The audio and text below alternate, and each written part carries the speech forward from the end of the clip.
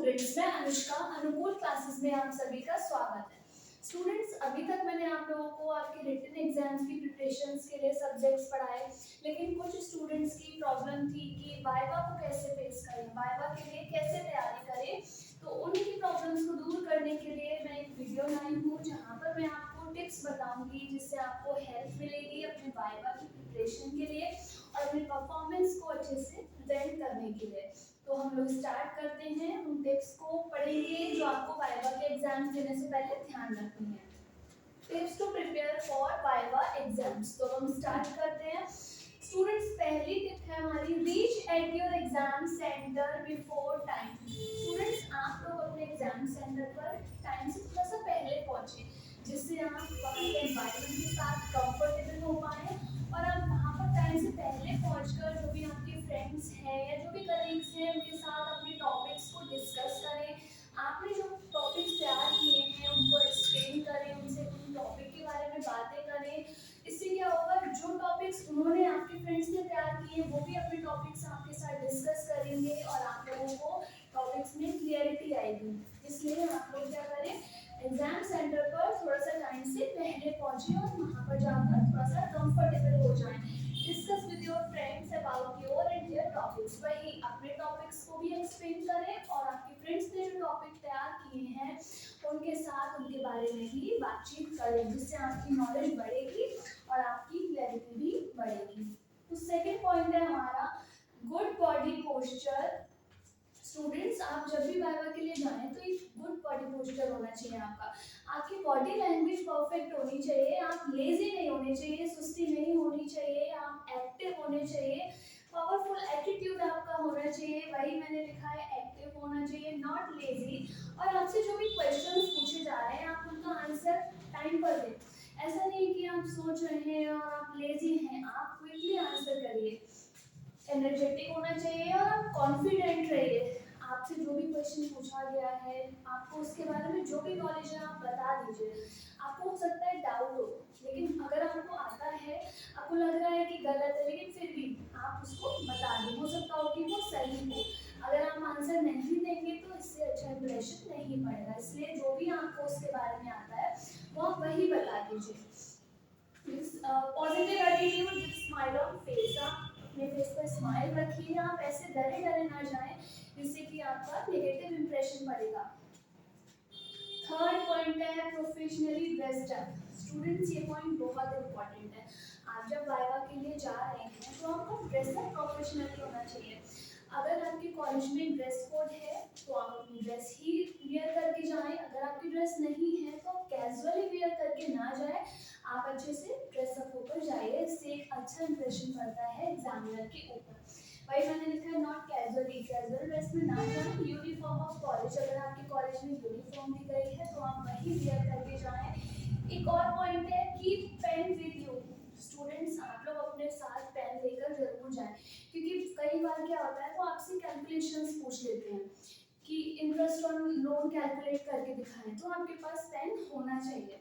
इसलिए आप लोग जब भी वाइवा के लिए जाएं अपने साथ एक पेन लेकर जरूर जाएं। इस तरह के पॉइंट्स आप ध्यान रखकर जाएंगे तो इससे आपकी परफॉर्मेंस का लेवल बढ़ेगा। फोर्थ पॉइंट है हमारा, do not go without study. Students, आप लोग ऐसे बिल्कुल भी ना करें कि बिना पढ़े आप वाइवा देने जा रहे हैं। एक दिन पहले आपने जो एग्जाम्स दिए हैं, रिटन एग्जाम्स, उन सबको रिवाइज कर ले। जो भी आपने तैयारी की थी पूरे साल, आपने जो भी थोड़ा बहुत पढ़ा है आप बस उसी को रिवाइज करके जाएं। ऐसा बिल्कुल भी ना करें कि आप कुछ भी पढ़कर नहीं जा रहे हैं। इससे आपके अंदर कॉन्फिडेंस नहीं होगा और एग्जामिनर आपसे क्वेश्चन पूछेगा आप कुछ भी नहीं बोल पाएंगे। आप थोड़ा बहुत भी रिवाइज करके जाएंगे तो आपके अंदर कॉन्फिडेंस होगा और आपको वो चीज़ नहीं भी आती है जो एग्जामिनर क्वेश्चन पूछ रहा है, अगर वो आपको नहीं भी आता है फिर भी आपको थोड़ी बहुत तो नॉलेज होगी कि आप उनको कुछ बता पाएँ। तो वही है, do not go without study, revise what you learn for your exams. जो भी आपने रिटन एग्जाम्स के लिए जो भी सिलेबस पढ़ा था उसको रिवाइज करके जाएं। Give 100%, learn the name of the chapters. एक और बात है, अगर आपके पास टाइम नहीं है अपनी प्रिपरेशन के लिए तो आप एटलीस्ट इतना करें कि आपने जो चैप्टर्स पढ़ रखे हैं आप सिर्फ उनके नेम्स लर्न करके जाएं। कई बार एग्जामिनर आपसे पूछता है कि नेम ऑफ द चैप्टर्स बताइए, 5 नेम्स या 6 नेम्स, तो एटलीस्ट आप है कि आप लोग वहाँ पर कंफ्यूज ना हो, एकदम से साइलेंट ना हो जाए जब एग्जामिनर आपसे क्वेश्चन करे। जो भी आपको आता है, जो भी नॉलेज है, उसको रिवाइज करें और अपना 100% दें। फिर हमारा 5th पॉइंट है read 4 to 5 topics properly. Students, कई बार एग्जामिनर आपसे पूछता है कि आपका टॉपिक क्या है, tell me about your topic. तो एटलीस्ट आप लोग 4 to 5 टॉपिक्स अच्छे से लर्न करके जाएं। आप उन्हें अपना टॉपिक बताएंगे, वो उसी से रिलेटेड क्वेश्चंस आपसे पूछेंगे। बाई चांस अगर आपने कोई भी टॉपिक उनको नहीं बताया क्योंकि आपने कोई टॉपिक नहीं पढ़ा है, तो एग्जामिनर फिर कहीं से भी कोई भी क्वेश्चंस पूछ लेते हैं जिनकी आपको नॉलेज नहीं होगी। इसलिए एटलीस्ट 4 to 5 टॉपिक्स अच्छे से प्रॉपर्ली सॉलिड पढ़कर जाएं, जिससे आप उनको अपना टॉपिक बता पाएं और फिर वो उसी टॉपिक से रिलेटेड क्वेश्चंस पूछेंगे जिसका आंसर आप लोग अच्छे से दे पाएंगे। वही लिखा है read 4 to 5 topics properly, tell me your topic. वो आपसे क्वेश्चन करेंगे कि आप अपना टॉपिक बताइए। Explain those topics to your friends, what is your topic.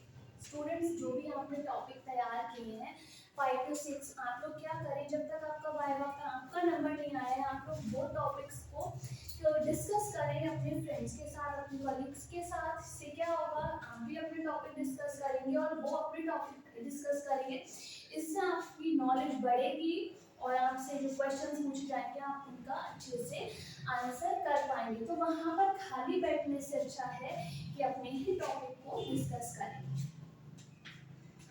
6th point है हमारे पास ask the students who has given viva in center, they ask question repeatedly। Students, ये मोस्ट इम्पोर्टेंट पॉइंट है, आप लोग इस पॉइंट पर ध्यान दें। आप लोग वाइवा के लिए जाते हैं, तो जब तक आपका नंबर नहीं आया है और स्टूडेंट्स का पहले आ गया, तो वो लोग वाइवा देकर आ रहे होंगे वापस, तो आप लोग क्या करें, आप लोग उनसे क्वेश्चंस पूछें कि क्या उनसे एग्जामिनर ने पूछा है, क्योंकि जो एग्जामिनर्स होते हैं वो भी रिपीटेड मोड पर ही क्वेश्चन पूछते हैं, वो बार बार वही क्वेश्चंस पूछते हैं। तो आपको क्या करना है, जिन बच्चों का एग्जाम वाइवा हो गया है, आप लोग उनसे डिस्कस कर सकते हैं कि क्या क्वेश्चंस उनसे पूछे गए, फिर उनको अपने फ्रेंड्स के साथ डिस्कस करें कि क्या आंसर्स उनके होंगे, उन पर बातचीत करें, इससे आपको हेल्प मिलेगी। हो सकता है वही क्वेश्चंस आपसे एग्जामिनर पूछ ले, तो आपके लिए वो चीज़ इजी हो जाएगी। 7th है हमारे पास tell me about yourself. Students, कभी कभी वो आपके सब्जेक्ट से हटकर ये क्वेश्चन भी पूछ लेते हैं, टेल मी अबाउट योरसेल्फ, आपकी बेसिक नॉलेज के लिए कि आपको कितना आता है। तो आप लोग क्या क्या आप लोग तैयार करके जाएं, आप एटलीस्ट अपना इंट्रोडक्शन दें, आपका फुल नेम क्या है, अपने फैमिली बैकग्राउंड के बारे में बताइए, फादर का नाम क्या है, मदर का नाम क्या है, फादर क्या करती हैं, मदर क्या करती हैं, और जो भी आपके सिबलिंग्स हैं उनके बारे में बताइए। इतना आपको बताना है, इंट्रोडक्शन, फैमिली बैकग्राउंड, आपका बीबीए का या बीकॉम का कौन सा सेमेस्टर है, ये चीज़ आप उनको बताइए। रीजन बिहाइंड परस्यूइंग बीबीए, आप लोग क्यों कर रहे हैं, क्या रीजन है आपका कि आपने बीबीए ऑप्ट किया या आपने बीकॉम ऑप्ट किया, क्यों आप कर रहे हैं, ये चीज़ आप उनको बताइए। एम ऑफ योर लाइफ, तो स्टूडेंट्स आप उनको बताइए कि आपकी लाइफ का एम क्या है, अभी तक आपने क्या अचीव किया है, आपकी स्ट्रेंथ क्या है, आपकी वीकनेस क्या है, और आप लाइफ में क्या बनना चाहते हैं। तो ये था हमारे पास 7th पॉइंट। स्टूडेंट्स, हमारे पास 8th पॉइंट है ask the teacher to ask questions in Hindi respect. Students, आप लोगों में से बहुत बच्चों की इंग्लिश स्पीकिंग, इंग्लिश अंडरस्टैंडिंग उतनी अच्छी नहीं होती है, तो आप लोगों को ये प्रॉब्लम आती है कि कैसे करके हम एग्जामिनर का आंसर इंग्लिश में दें अगर एग्जामिनर आपसे इंग्लिश में क्वेश्चन कर रहा है। स्टूडेंट्स, कभी कभी आपको नॉलेज होती है, आपको आंसर भी पता होता है, लेकिन क्योंकि आपको इंग्लिश आपकी अच्छी नहीं है इसलिए आप लोग आंसर नहीं कर पाते, आप लोग साइलेंट रहते हैं।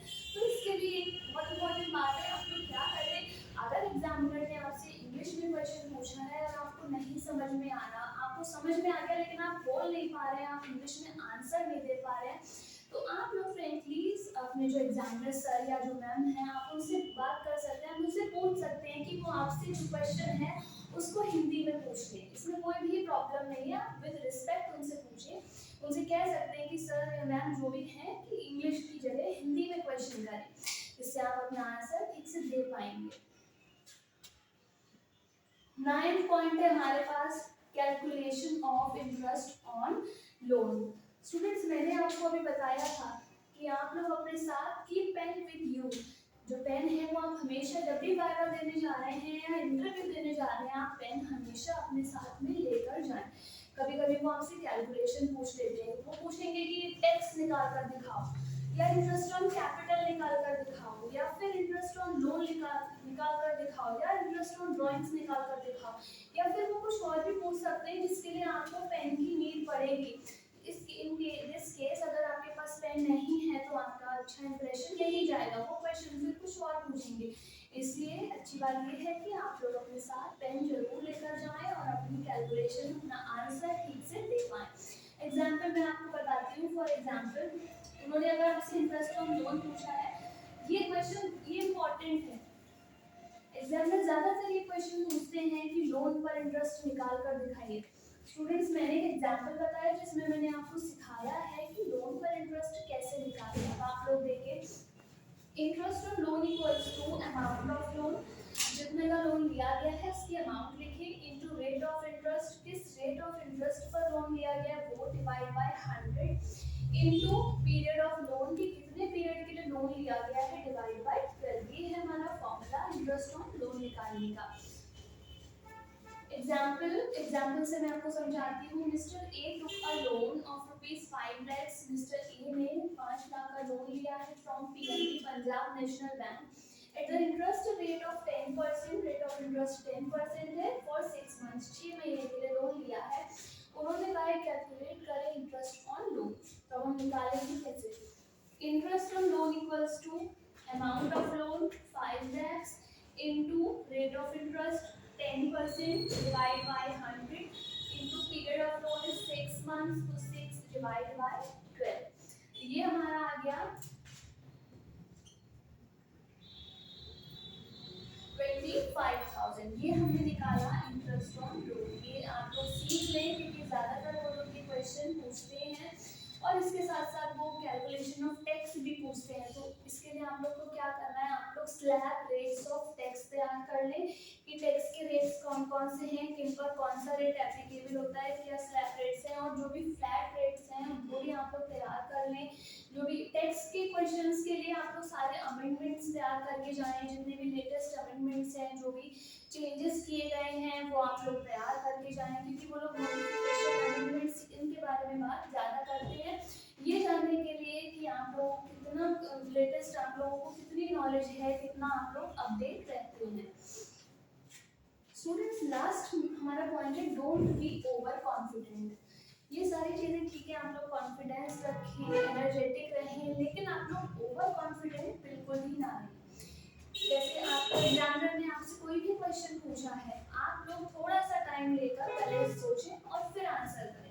ऐसा नहीं करना है कि उन्होंने क्वेश्चन पूछा और आप जल्दबाजी में आंसर कर रहे हैं, ऐसा आप बिल्कुल भी ना करें। सोच समझकर आप फिर आंसर करें। तो स्टूडेंट ये मैंने आपको टिप्स बताए कि आप लोग वाइवा के एग्जाम की तैयारी कैसे करें। आप लोगों के पास 1-2 दिन है, आपने बिल्कुल भी नहीं पढ़ा है तो जो भी आपने अपने एग्जाम्स के लिए प्रिपरेशन की थी, रिटन एग्जाम्स के लिए, आप लोग उसी को रिवाइज कर लें।